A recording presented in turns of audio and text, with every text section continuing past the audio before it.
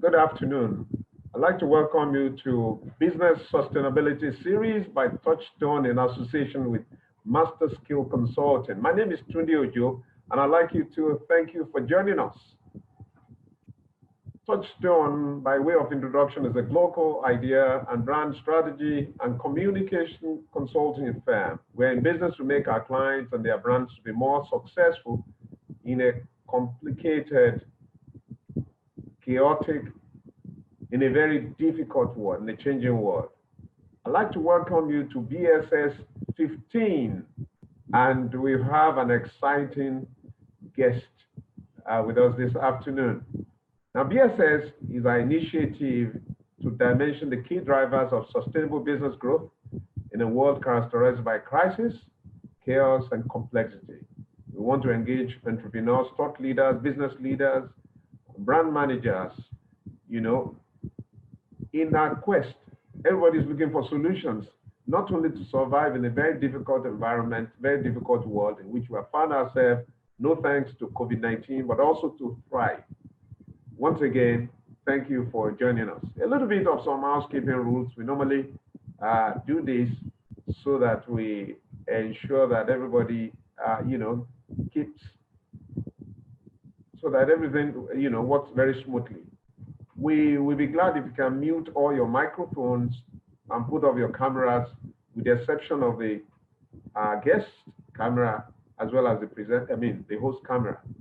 We want you to mute, and we have the chat room. The chat room will be bustling with ideas, with comments, as well as questions, so we can start it as quickly as we can, because there will be a Q&A session after the presentation.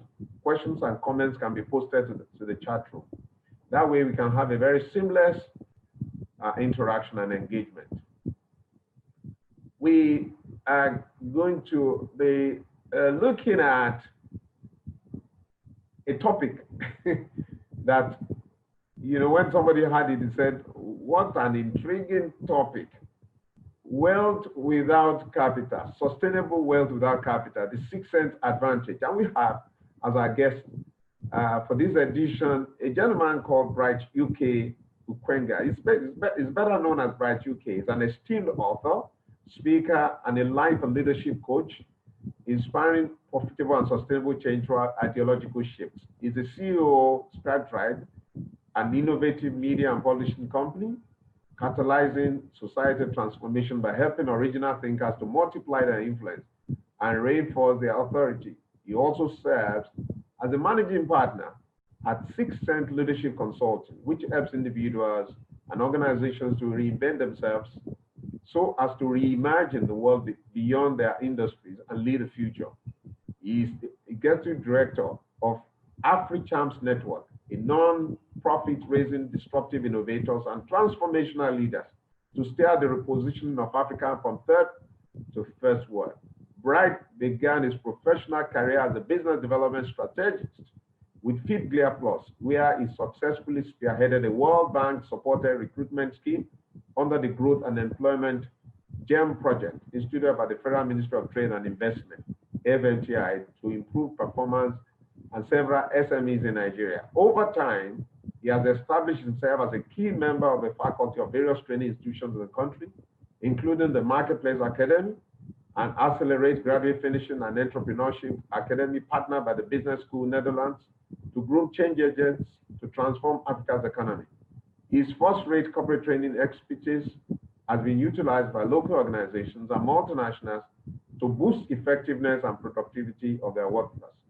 As a prolific writer, Bright is the author of 3 resourceful books: Creating Your Luck in the Lockdown, Practical Insights to Profit from the Global Downtime, Wealth Without Capital, which is going to form the core of what we're going to discuss this afternoon. That is a guide, a 6 cent guide to creating wealth out of nothing, and 6 cent leadership, practical insight to get more from life and leadership. He writes weekly leadership, a weekly leadership column on Business Day newspaper, which is widely read in Nigeria and Ghana. Ladies and gentlemen, join me in welcoming to the Touchstone BSS Bright UK. Please. Right. Thank you so much for the privilege. It's an opportunity, I mean, and a privilege being with us this afternoon. I see a lot of my senior colleagues, and in fact, I would say my daddies and mommies, people who have much more experience than I do in business. So it's always a privilege when I have such an opportunity as this to share from some of the things that we've gotten to know in the little time that we've been around. I appreciate Mr. Tunde Ojo. Well, he's my pastor and big friend. He's also my mentor, but he has always given us such privileges, which he gives to young people. I see the interest that he has in young people, and always wants us to share such ideas like these that can inspire change at any time. So thank you so very much, sir. I'm very grateful. So this afternoon, we're going to be looking at the subject of wealth, sustainable wealth without capital. Sustainable wealth without capital, the sixth sense advantage. And this is most of what I'll be sharing today. In fact, everything I'll be sharing today, most of it, will be from the book you see here. Sixth sense, I mean, the wealth without capital, capital beyond money. You have it here, recently published in July, right? I wrote and published this book this year, came out in July, and we already have copies going out already. Here is it. Can I share my slides, sir? Is it fine? Okay. Go ahead. Go ahead, please. All right. So I can share the slides. All right. So very quickly, I'll just quickly go into what we have. Every of the other things have been touched. Now, when I initially came up with this title of the book, the idea about the book was taken from the scriptures, the Bible, and it was inspired by the iconic story of Jacob. Of course, when people hear wealth without capital, capital beyond money, they're like, this is incredible, right? And I understand that. But the idea was, the story of Jacob was such that he left his father's house when he got that murderous threat from Jacob. And he escaped. He went on exile to Laban's house, spent some years there, say 20 years. And by the time he was coming back, he was the wealthiest man in town. Now, the interesting question is, how was it that this man left his father's house without an inheritance and yet was able to create wealth? Of course, he was able to create wealth without capital. So how did that happen?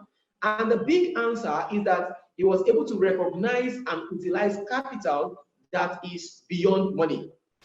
And that's what we're going to be talking about today. Capital that's beyond money. There is also the other side to it, which is the stages of wealth creation that he understood, and then he was able to leverage the prosperity cycle.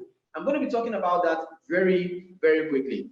I will look at the stages of wealth creation, and one of the important things you're going to notice is the sixth sense advantage. Now, I'm particular about the sixth sense advantage, which we also got from scriptures.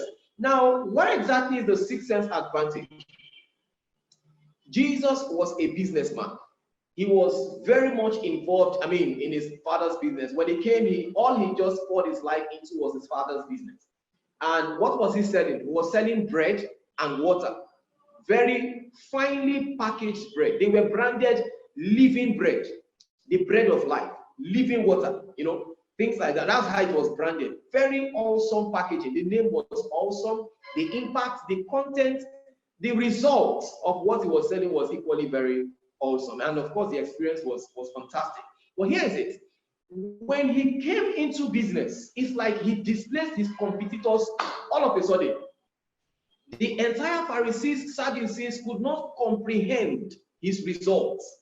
And so, one of them at some point had to come to Jesus at night to inquire, how is it that he's able to do such things? And when he got there, Professor Nick asked Jesus, he said, we know that you are a man come from God, because nobody can have this kind of results you are having in business except God is with him.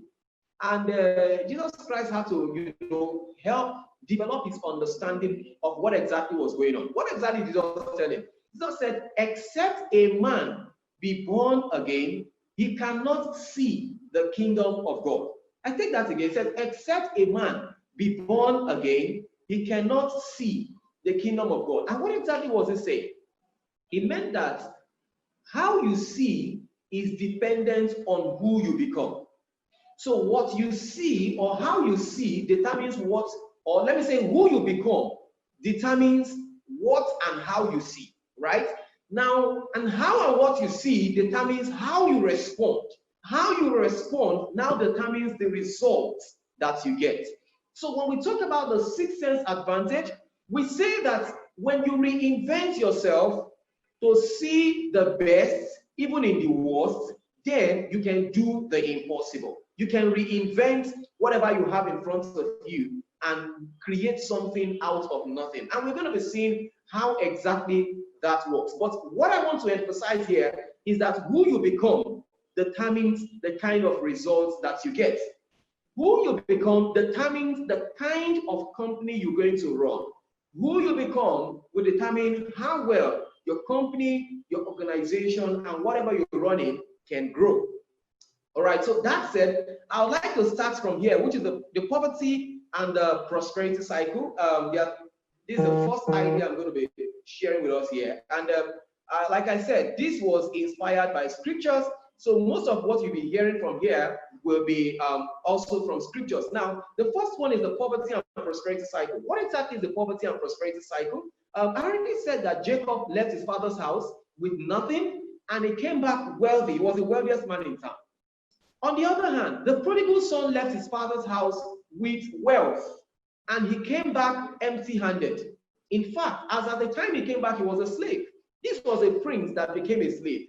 But Jakes started out as an employee, and he became a prince. So how exactly is it that some go from grass to grace, while some other people go from grace to grass? And the answer is in the poverty cycle and prosperity cycle. The poverty cycle is such that the prodigal son actually worked with. First, he collected everything he collected by entitlement. He was entitled to them, so he forcefully got them from his father, and then he went to consume everything, and finally he settled for survival as a slave. That is really what happens in the poverty cycle. What people get by entitlement, they usually would not discern its value. And because they do not discern its value, they will waste it, they squander it. And after squandering everything they get, the next thing they have to do is to settle for survival as slaves. Now, the prosperity cycle is a reversal of the poverty cycle. Instead of traveling with everything he could get from his dad, Jacob traveled like, which means he took responsibility for everything. Secondly, instead of being honest with selling, he was in that came into his hands. And how do we know that? When he sat with Laban to negotiate, he told Laban, he said, you can see that since I came to your business, there has been an increase in the bottom line. There has been an increase in assets. There has been an increase in resources. In fact, this business has scaled to a very good level. And Laban said, yes, it's true, which means he was a producer, because if he was a consumer, that business would have gone down. Third, we see that he was living for significance rather than living for survival. And how do we know that? When he finished explaining to Laban his track record, Laban said, yes, going forward, name your wages, I will pay.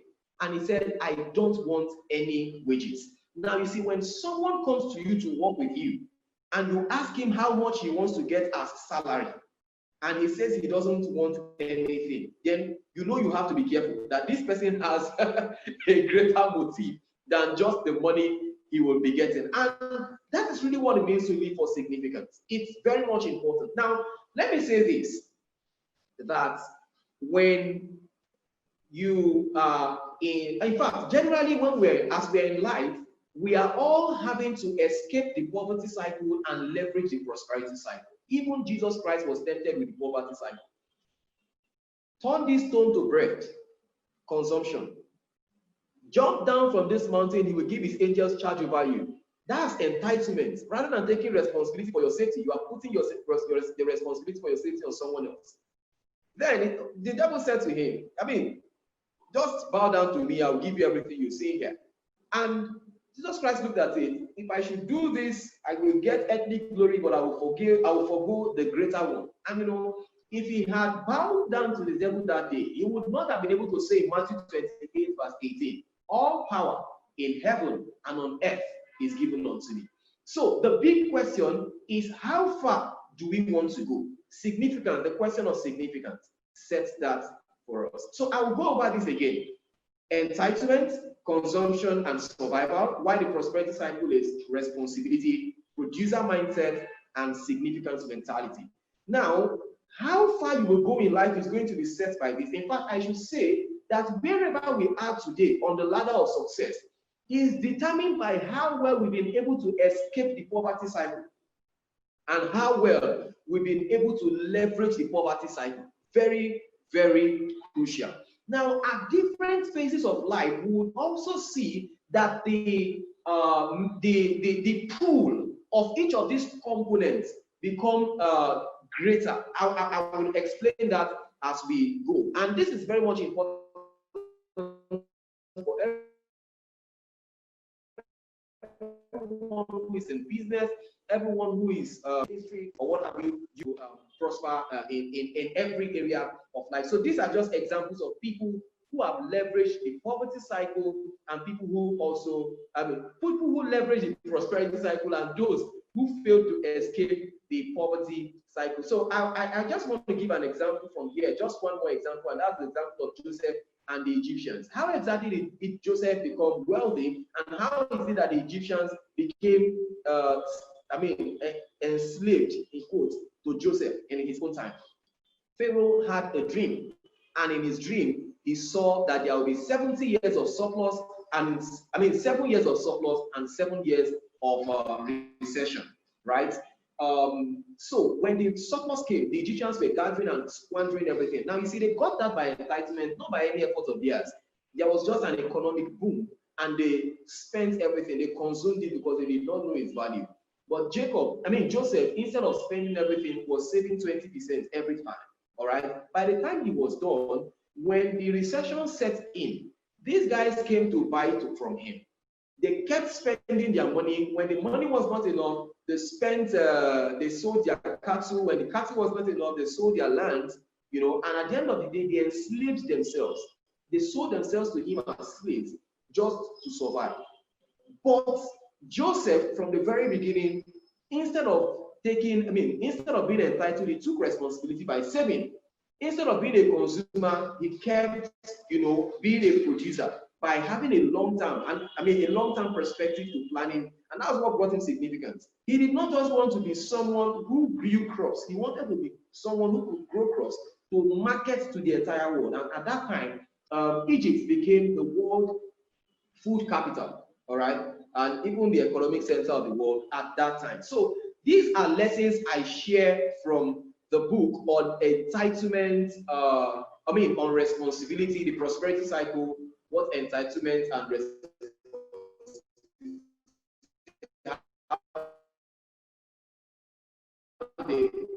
the difference, and how the prosperity cycle are just key lessons. Quickly to the 4 stages of wealth creation. 4 crucial stages of wealth creation.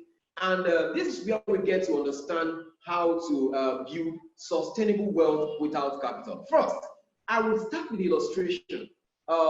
In the book of Luke, chapter 16, there was an unjust steward. Jesus Christ told this parable of the unjust steward whose master came to him and said, give me account of stewardship.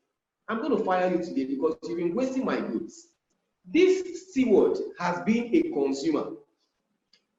I suspect that he got that position by entitlement. Else, he would have grown capacity to be able to manage the resources that was committed to his hands, just like Joseph and Jacob did in their own times. But this guy knew that he had not been doing the right thing. So he tells himself, what would I do now? My master is about to take away the stewardship from me. I cannot dig, he says, and I'm ashamed to beg. Now, when he says, I cannot dig, and I'm ashamed to beg, he's actually saying these are 2 economic realities below my status as a steward, right? Okay, so if these are 2 economic realities below my status, what are the 2 other realities? Now, the first reality, the first phase is begging. The second one is digging. The third is stewardship, where exactly he was. And the fourth is lordship, where his master already was. All right? So, begging is the phase of dependence, where we all start out in life. Everybody will pass through the phase of begging. You are dependent at this time on the labors of other people for survival. As a child, you are in your begging phase. This is a phase of dependence. All right? So, what happens in this phase is that you are entitled. Your entitlement, your consumption, and your survival are all legal in this phase. You are legally entitled.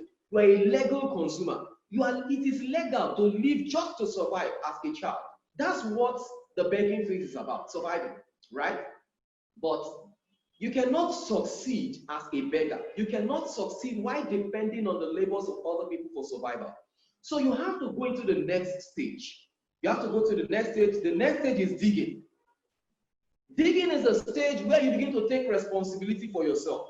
Now, if you're starting a ministry, you're starting a business, you're starting a career, you're starting an NGO, any organization, anything you're starting, we all know that starting is the hardest thing to do. And when you start, it's like when you're digging physically, you're putting in a lot of effort, but you are getting little results. You are expecting, you want to get water. That's why you're digging, right? You want to get water, but what you're seeing is sand. So your expectations are not being met. Now, the goal is for you to stay at it.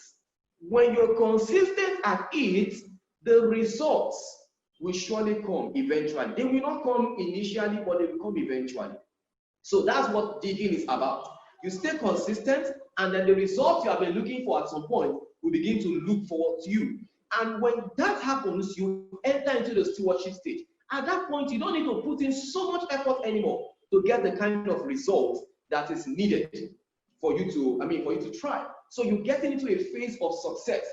That's a steward, and that's when you get into the stewardship phase and you become interdependent. That means you have people who are going to be working with you to harness the results that your labors over the years have actually harvested. So, the fourth one is the lordship phase, and this phase is the phase of dominance. At this phase, you're having not just a business in mind anymore. You're thinking of diversified investment. You're thinking of influence. You're thinking of statewide global projects. Not just one. It's not just about one. You're thinking of sustainability. So I'm going to be talking about the stewardship and the lordship phase. When I talk to young people about this subject of work without capital beyond money, I major on the phases of begging and digging, phase of dependence and independence, because that's the phase most of them find themselves in. But for this particular session, I'm going to be talking about the stewardship and the lordship phase, the interdependence and dominance, because this is the phase when you are looking at moving your business from just being successful to becoming sustainable, to becoming, to dominate, for dominance, for transgenerational impact and influence. So this is where I'm going to be majoring. But I want to say something very much important about the begging phase.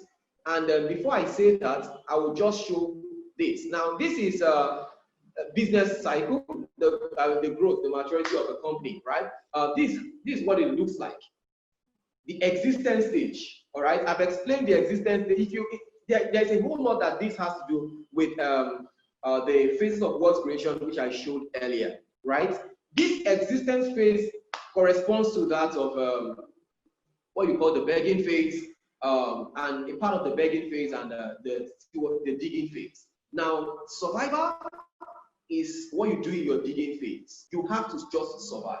You have to survive. In your digging phase, you have to survive. And one thing I want to say here is that the most important factor of production in the business is the person. Who you become determines what the business becomes. So the person behind the business determines, the phase you are determines a lot about the phase that business will be. So in your digging phase, your business is at the stage of survival. In your stewardship phase, your business is at the phase of success, right? Now, what will differentiate whether you get into this takeoff and maturity stage from those who never get into this phase is what we're going to be talking about today, all right? So very quickly, I want to say something about the entitlement phase, the begging phase, because this is where the foundations of prosperity are established. A lot of people think that when they are children, it has little to do with what they become. But really, this is where the foundations of prosperity is established. And that's why I'm going to be saying one or two things here. Now, permit me to just give you a history of the story of Jacob and Esau and why they turned out the way they turned out. Of course, we know that Jacob was wealthy, Jacob had a prosperity mindset, Esau started out with the poverty mindset, even though eventually was able to correct his mistakes, but he did not start out correcting those mistakes on time. But here is it. Jacob grew up under his mother's watch. Esau was influenced by his father. And of course, Jacob was from Esau grew up under Isaac. Isaac grew up under Abraham. Now, if you consider the kind of person that Abraham was quite free in his approach to human relationships. So, for example, when a Lot comes and says, when he has an issue with Lot and says, the land is too small for us, he tells Lot, he says, choose whichever one you want. Anyone you think, I'll take the other one. That's the kind of person that Abraham is. All right. When Sarah comes and says, my maid is misbehaving, he says, do with her whatever you like. So he likes giving people power. He likes giving them free hand, right? So the very fact that he got Isaac at a very old age meant that he also, would have extended this free range kind of parenting to him. Isaac would also have imbibed such a mindset when he related with Esau. And that is why you notice that Esau ended up as a hunter and was a free guy on the streets, always going in the wilderness, hunting and the forest, hunting and all of that. On the other hand, Rebecca, who had a greater influence on Jacob, was from the house of Bethuel, where Laban, that strict businessman, was. So she grew up in a very disciplined environment. So you could tell why Jacob was a domestic kind of person. Now, I want to examine these two different approaches, which is, we are always trying to find a balance between being too disciplined and being too free, giving children free hand, being too loving or being too gracious and being too disciplined. We want to find that balance. Now, but here's the point. With Esau, given the kind of exposure he had, there is a tendency, and I say this from a psychological point of view, not a theological analysis, all right? So I say this from a psychological point of view, that when children are given free hand, right from when they are very young like that, it creates a very great sense of insecurity. Very great sense of insecurity. It's like when you're not given a limit, they are not shown the limit. Now, it's just like riding on a bridge at night. If you're riding on a bridge at night, which is how children view the world, like a dark and dangerous place, and there are no rails on that bridge. If there are no rails on the bridge, there's a tendency that you will be going very slowly, very, very slowly, right? But if there are rails on the bridge and you can see where the limits are, you can speed very fast. So people who grow up without limits have this great sense of insecurity because they don't know what they are going to do that will end them the next slap and the next consequence. All right. So there is a tendency for them to be very careful with life. Now, I want to say that your sense of security significantly affects your chances of succeeding in any ramification of life. That's the first thing because it determines your self-esteem and many other things. The second one is how you handle failure tells a lot about your fitness and readiness for success. And this is determined, these are set in the begging phase. These are set when parents interact with their children, whether they give or they withhold affection, whether they give or withhold whether they provide for the needs of their children as at when due or refuse them. All of these things, how you talk to your child Every of these things shapes what the child begins to think about himself and will determine a lot in his destiny. Now, imagine how Esau handled failure and compare it to how Jacob handled failure. In Esau's life, we see something very much important, that when he lost the birthright, he never went back. He never went back to redeem it, even though he had made a mistake. Now, even for him to have come to a place where he placed more importance on the birthright, on the food compared to his birthright, was a very big issue. The second one is that how he handled the failure. Not only in the birthright episode, there was another episode where he married a wrong woman. And after marrying the wrong woman, and he got to realize that his parents were not comfortable with that, instead of going back to correct that mistake by asking the right questions, what happened?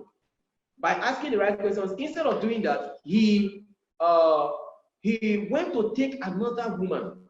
Look at that. When people have this, when they do not have a good sense of esteem, when they do not have a good sense of security, they make repeated mistakes. Rather than acknowledging their mistakes and correcting them, they deepen their mistakes. This is something about the sense of security. And that brings me to the next thing. Self-esteem is the best legacy that parents can give to their children to position them for success. And I say this, not education. We've seen people who self-educate themselves. When they are self-confident, they have a great sense of esteem, they can self-educate themselves through life. But it is difficult when a child does not form a stable sense of identity and a stable, a healthy sense of esteem in his relationship with his parents. If he does not form that with his parents, it will take a great act of redemption through life to bring him to that point of having a greater sense of esteem again. And so this is very, very much important. When a child has I say this, when we want to make decisions, all right, every decision we are making, we do not consider the status of our education, our educational qualification. What we consider is our self-identity, our self-image. We make decisions based on who we think we are, not how educated we are. And that's why you can see very educated people and people who you imagine to be very successful still do stupid things, all right? But when people have a stable sense of self and a great sense of esteem, a great sense of security, they are able to handle success. So let me quickly go to the stewardship phase. So this is the digging phase, and the digging phase is marked by limited freedom, low efficiency, and loneliness. That's a phase of life. But when you're coming into the digging phase, so in the digging phase, this is the mentality for winning in the digging phase. Number one is to have a vision for the long term. Number two is to serve. The way to the top is down. Number three is to focus on the lessons rather than the losses. Most of us here have been to the digging phase and we've conquered the digging phase. We stay consistent there and you enter into the stewardship phase. Now, in the stewardship phase, there are four important things. I put three here, but there are four important things. Number one, in the digging phase, I've already said that you begin to get results, all right? Instead of rejections, you begin to see approvals. Now, the second thing is relationships. In your digging phase, relationship is the currency. In the stewardship phase, relationship is the currency of success. In your digging phase, what you needed was skill. What you needed was knowledge. When you're starting your business, you need knowledge, you need skills to create products and services. That's crucial, all right? But and you need your intellectual, the whole of that is what I refer to as intellectual capital. And the goal in the digging phase is to sow your intellectual capital, that is, sow your knowledge, sow your skills, so that you can reap relationships. Some of the things you will do in your digging phase will not give you money, but they should give you relationships. As a matter of fact, when I started out in my business, I started out working with some of the people whom I did a lot of free stuff for. Today, I work with thought leaders to turn their ideas into books and publish them such that the books become vehicles for societal transformation. Now, when I started out, I did a lot of free stuff. I remember someone I wrote a book for, charging him just 20% of the price. But in my stewardship phase now, I realized that my relationships are working for me. So I stand on the platform of relationships to gain visibility, to gain credibility, and also to gain authority. And that brings the kind of traction that I want. And eventually, I realized that the next thing that happens as the relationships begin to come and the results begin to come is that you have to restructure the way you work. Instead of working as a business owner, instead of operating as a self-employed, because that's what it happens. That's what happens. That's how you start out as self-employed. You begin to work as a business owner. So you bring other people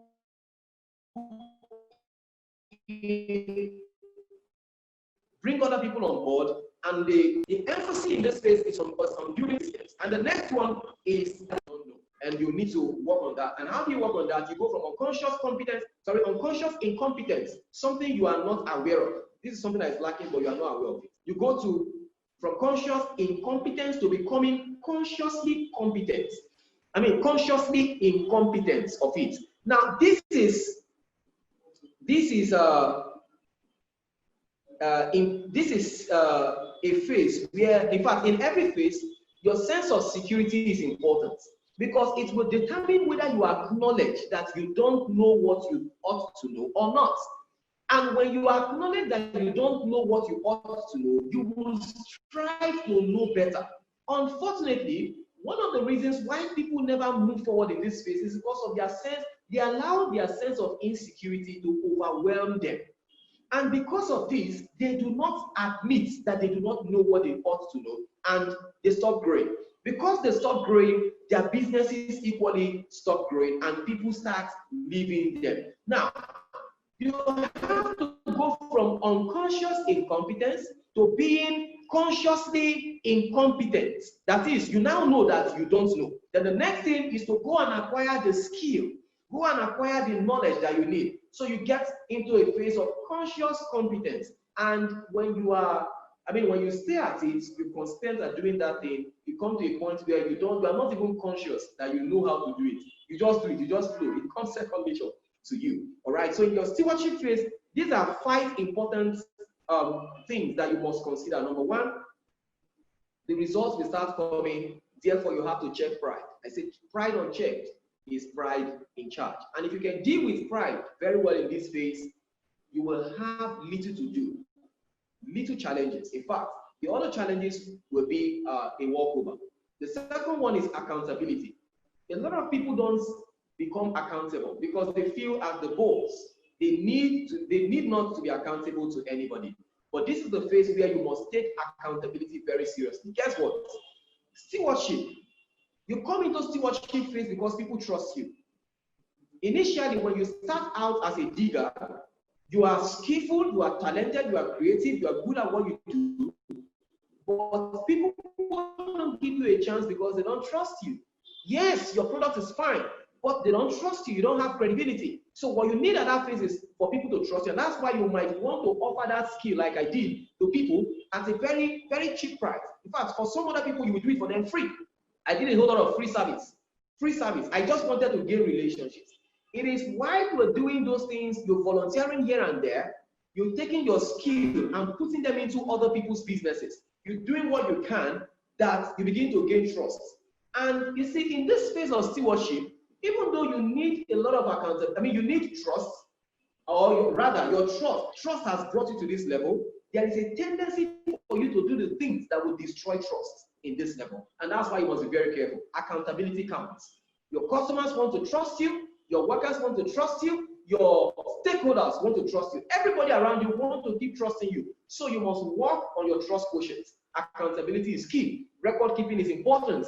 If you're not keeping records, you will not even know if you're making a profit or making losses. The third phase, the third point is that you can do much alone, but you can do much more with people, and that's why you must bring people on board. Number 4 is to understand how money works. Of course, a lot of us have come across these before, understanding that there are such things as assets and there are such things as liabilities. So assets is what brings money into your pocket, liabilities is what takes money out of your pocket. You see, a person in his digging phase is tempted with entitlement.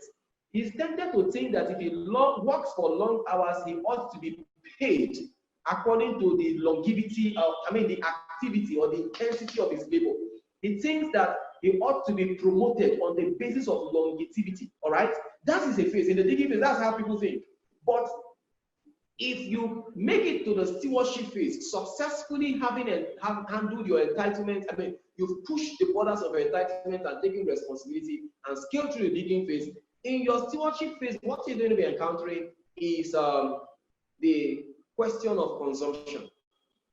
Would you spend all the money you're making, or would you save? Would you start buying assets? Would you invest in assets or liabilities? This is the phase. Even in your business, you see, I wish I would take some time to talk about how the entitlement works for how entitlement, even people who are in business, how it shows up in business. Entitlement, for example, you're expecting that people around you, your friends, your family must buy your product. That's entitlement. They are not going to buy your product on the basis of relationship alone. Mind you, you have to put in the work. You have to put in the effort. Don't just expect that everybody around you will choose you. That's entitlement. You must get to a point where you earn their money. You have to earn it. It's not just going to be given to you because you have a product out there. You must work hard to ensure that your product is good enough. So don't offer inferior products or inferior systems or inferior services and expect it to attract all the money. So that's just that about entitlement for digging phase of business. But if you conquer that in your stewardship phase, like I said, you will still encounter the question of consumption in your stewardship phase. So you have to understand how money works, and it's better to be safe than to be sorry. So you have to invest in insurance. Yeah, in your digging phase, you'll say the phase of survival, you are trying to be, minimalist and all of those things. A lot of things that happens in the digging phase. But now in this other phase, it's not just about survival. You have to think about success and how to keep that success consistent. So you have to ensure yourself. Now, I want to move quickly to the lordship phase. And in this lordship phase, so this is the rain cycle. I talked about rain cycle. Rain cycle describes the phase of God's creation in that we all get water. I mean, at your begging phase, it's like taking water from a tap. It's the water that has been, fetched. The second phase is the digging phase, where it's like taking water from the well, the groundwater.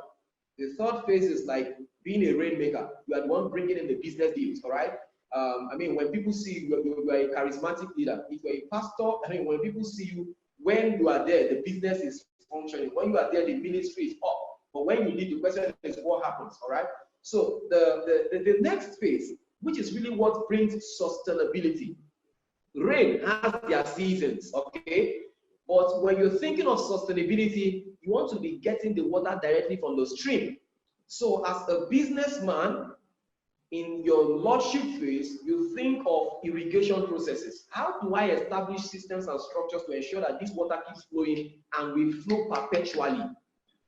That is what happens in the lordship phase. So this is where we get to talk about investments. Multiple streams of income in your lordship phase. Multiple streams. You are not just interested in one business. You are diversifying. Your business interest is growing. Diversification. Multiple streams of income.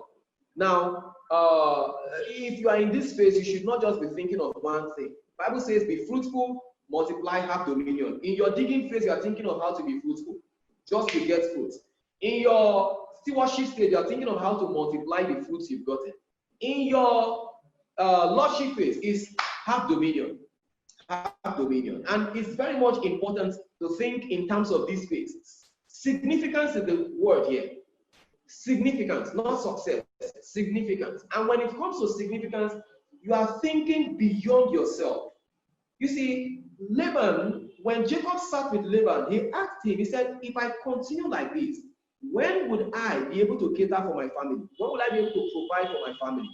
And the implication of that question is that you must begin to think beyond yourself to enter into the lordship phase. Do you realize that when Jacob left Laban, he was no longer drinking from the well of Laban? He dug his own well, and thousands of years later, a woman could challenge Jesus and said, are you greater than our Lord? I mean, than our father, Jacob, who gave us this well? What does that tell you? If you are going to leave an inheritance for your children, like the Bible says, a good man leaves him an inheritance for his children, you have to step into the lordship stage.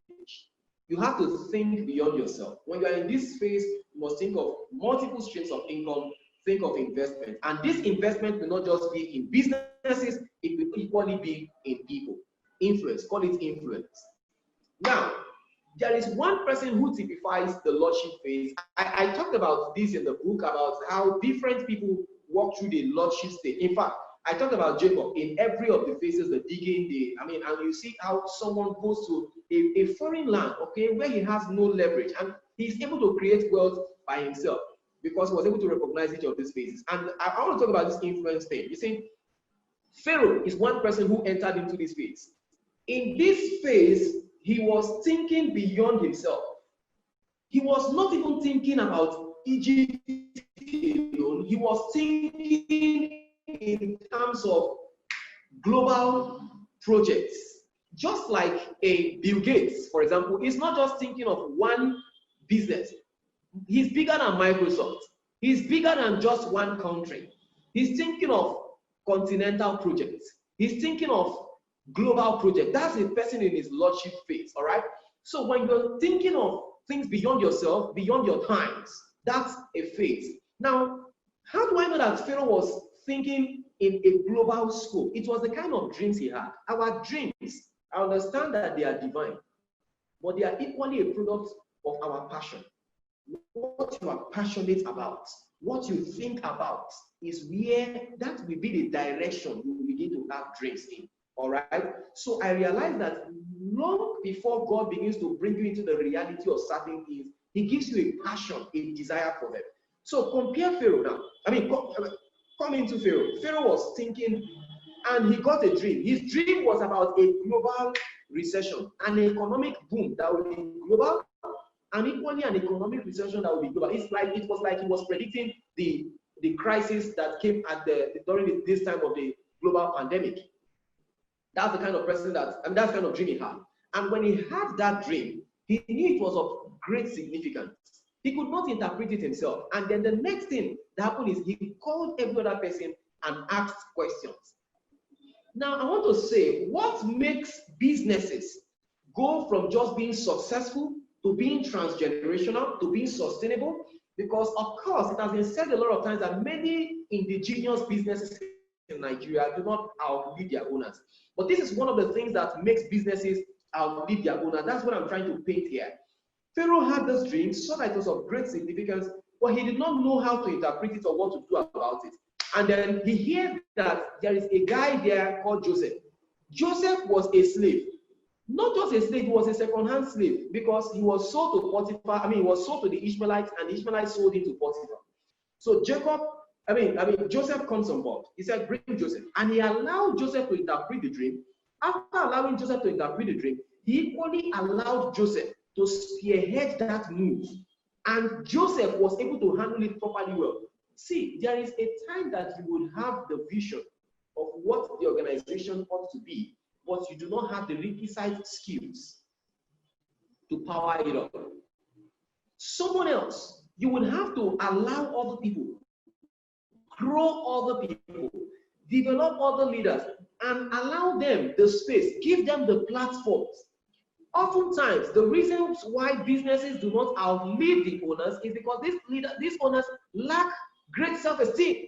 They lack high self-esteem, and they are not secure in themselves, so they need positions to validate themselves. They are trying to validate themselves by externalities instead of being internally secure. All right? So, what will bring you sustainable wealth is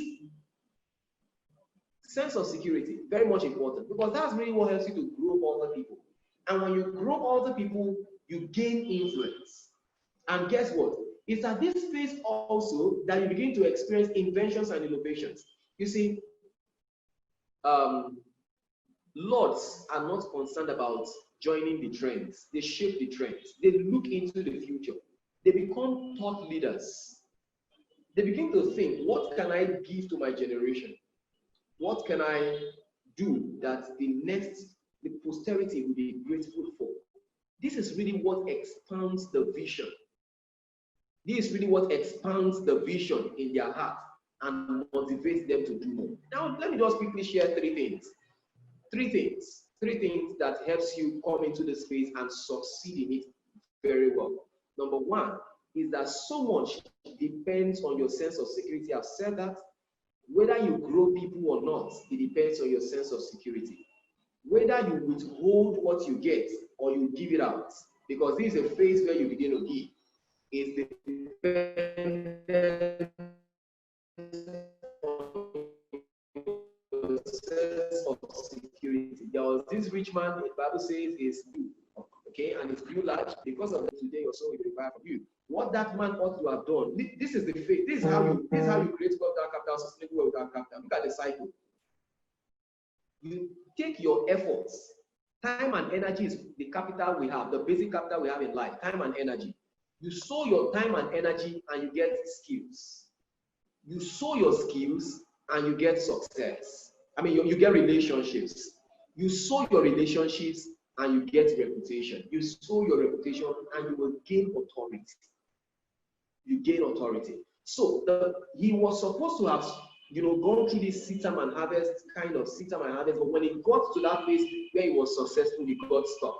Secondly, the purpose of having is giving. So whatever you've received so far, you have to invest it in giving to other people, all right, and gaining greater grounds, because this is not a phase where you are trying to get something for yourself.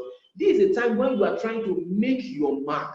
You are trying to leave sustainable impact. You're giving back. You're giving back. And this is how you create legacy. You are also empowering people, raising leaders in different phases to become a man of influence or a woman of influence. This is the phase where people would have to succeed you. People who can take the vision farther and further than you have. Yes, you see, let me just say this very quickly before as I round up. By saying to Nicodemus, except a man be born again, he cannot see the kingdom of God. One of the lessons I see there is that you have to be born again, not only in spiritual terms, but in our days, you have to go from being analog to being digital.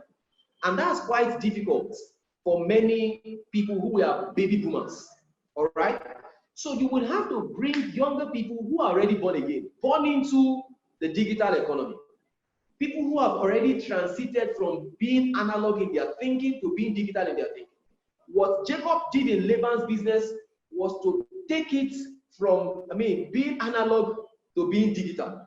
And once he was able to discover genetic engineering, a new system of genetic engineering, he multiplied the success in that business, right? So if you are also thinking, if you've noticed people who are digital in their thinking, if you are not digital in your thinking in this 21st century, you cannot see the opportunities in the digital economy. And you will need to recruit young guys. There are young people you will need to give space to. So when people sit down in a position for so long and say, they are the leaders there, it keeps their business plateauing because they can no longer see the kind of opportunities that are emerging in the digital economy.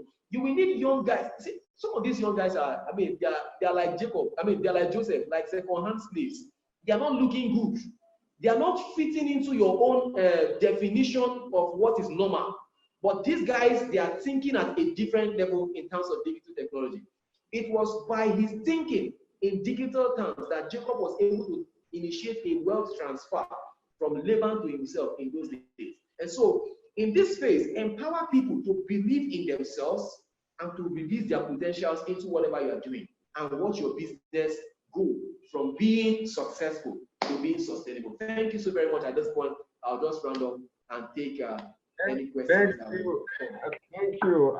I think Bright deserves a very huge applause. What a wonderful session that we have had this afternoon. Thank you very much, Bright.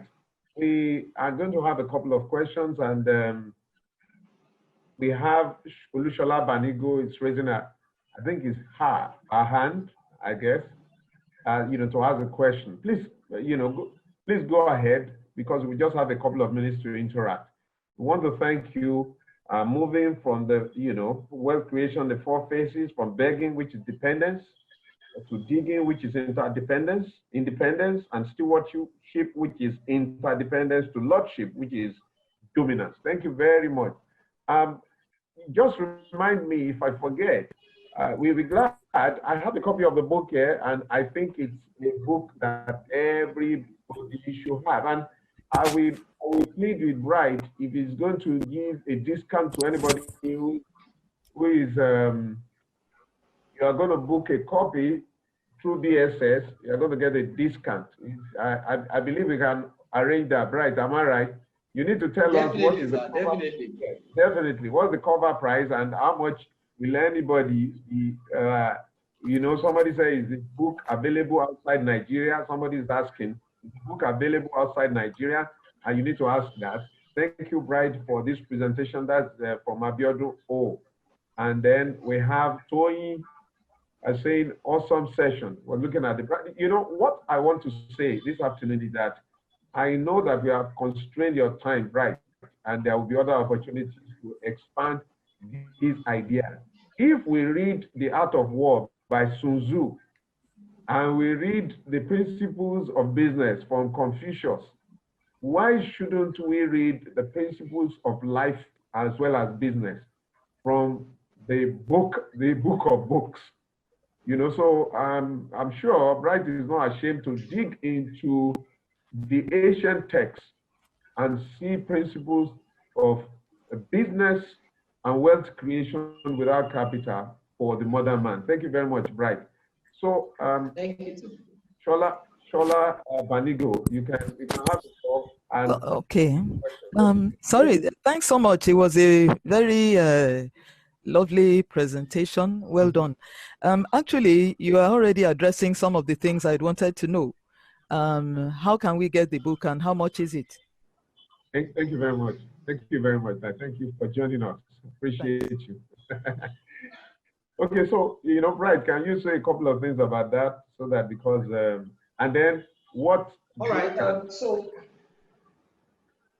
so we have the soft covers. Yeah, we have both soft and hard cover. Soft cover is 3,000 naira, and the hard covers go for 5,000 naira.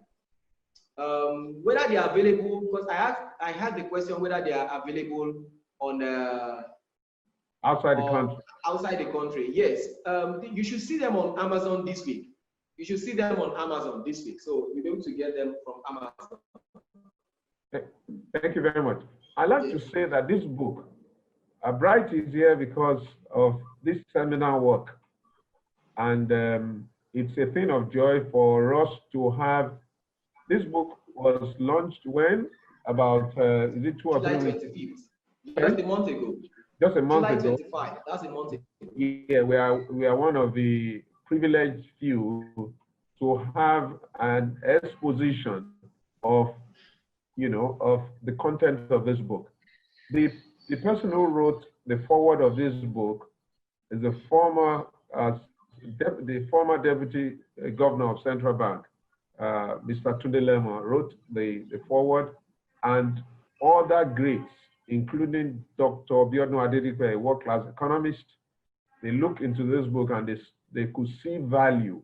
And you know, what pains me is that I wish we try and do a lot of reaching out to people. I wish I could put a lot more people, you know, 1,000 people into this program because it's free. Maybe because it's free, people don't actually know the worth that every Saturday by 3 p.m. that we bring distinguished thought leaders, business leaders, men and women of worth and of experience who have something to say, and they can say it in a way that people will get value and understand, use value. Once again, yeah, okay. Adekunle Shembore was saying it was launched on his birthday. It's very interesting. He said you will want it. Okay, so I think so. Is that a beep? I'm trying to figure out. Somebody's now. I know there might be questions. What I think we do is that we have an opportunity in which we'll be able to throw all the questions that we have. I will say that you have if you're interested in a copy of this book, you can get in touch with us. You can get in touch with Touchstone, and you know, just check email or social social media handle, and then we'll be able to, lead you to this. Or, of course, we also have on the screen there, you can reach, Bright by, okay, yes, someone is sending a link where you can reach Bright directly. I want to thank you very much for joining us. Quite a galaxy of people here. I don't know where to start. Zainab Dutse, you're welcome. Yemi Shota Adegbeni, Adegbesan. I hope this is not Reverend Adegbesan. Widoma Sherifa, Wande Majekodumi, Tusoluyemi, Sam, Adebowale, Sade Langpejo, Utoki Eunice, Lualayomi Akpata, Olamide Francis, Lawrence Emil Paria, Janet Ufabi, Doris Favor Zemuze, Deacon Deji Dap, and a whole lot of. I like to bring this to a close to say that this couldn't have been possible without the, well, of course, grace of God, and then the support of a very good team, the Touchstone team. And I celebrate the Touchstone team, Buki Oluyemi, I mean, Ibrahim Awoyemi, Diko Ogundipe, Muyiwa Alabi, Wisdom Aserifa, and others. Thank you for being there and making this possible every Saturday. 3 p.m., next week will come your way, bringing a robust dialogue and discussion on business sustainability. And this is brought to you by Touchstone. Thank you very much. Enjoy the rest of your weekend.